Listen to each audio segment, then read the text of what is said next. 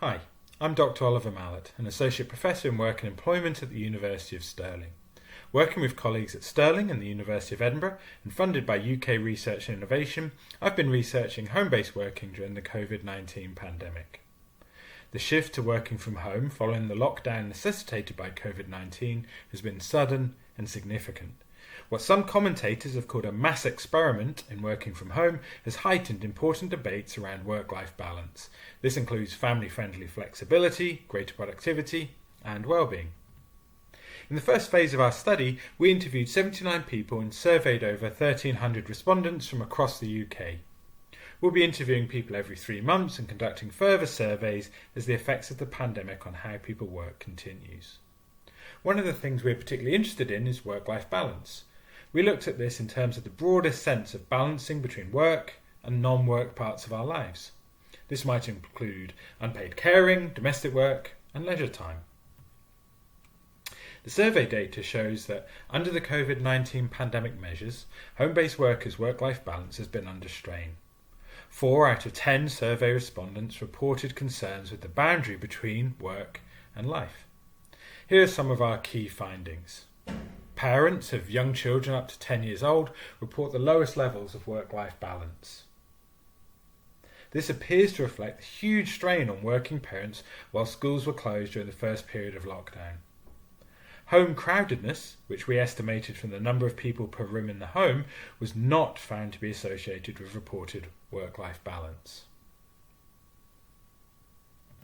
We found no significant differences between men and women in terms of work-life balance.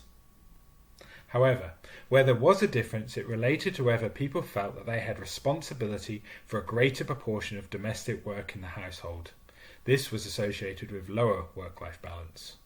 The gendered nature of domestic work appears to be a factor here, where 52% of women, only 16% of men suggested that they undertake a greater proportion of domestic work.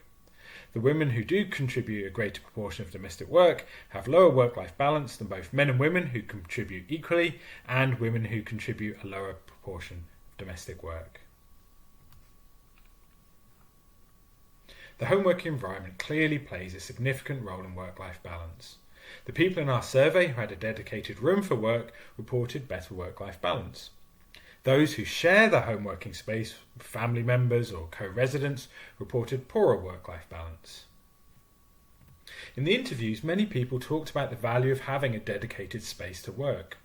This quote gives an example of what working from home during the pandemic has looked like for many families. In terms of where we work, I'm set up downstairs in the living room. We've got a little study that my wife tends to use with the computer. In there, my daughter has her bedroom that she works in. She's got an iPad. My son has his iPad. He's also got a laptop, and he can work in his bedroom, or he sometimes prefers to work in the kitchen. It just depends, really. But it's not easy. They're very much, I'm sure like every family, it's peaks and troughs in terms of people's moods, in terms of their levels of concentration. But we've been okay.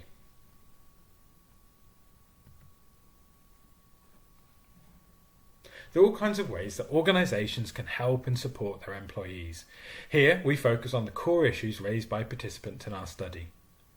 There may be limits on support that can be provided for people with limited space in their home in the middle of a global pandemic. However, our survey findings did find very practical ways that organisations can support the work-life balance of their employees.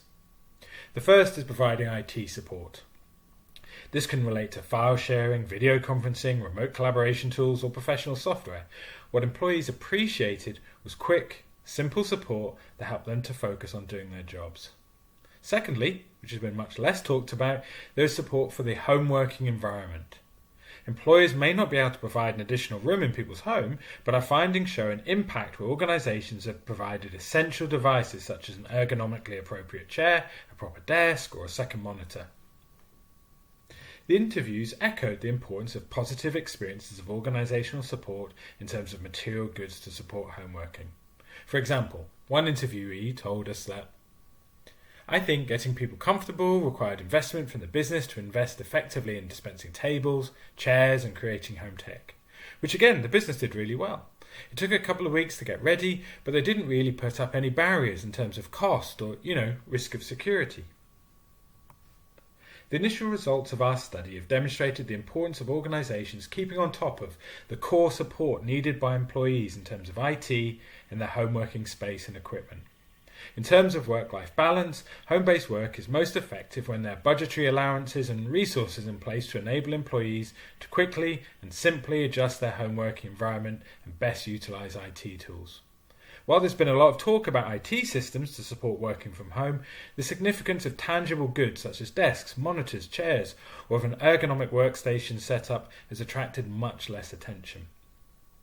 There was, maybe initially, an assumption that working from home would involve only temporary arrangements. But, as many of us continue to work from home for the foreseeable future, material support for home-based working is essential, and it has the potential to positively contribute to the experience of working at home. If you'd like to learn more about our research project, please visit our website at workingathome.org.uk.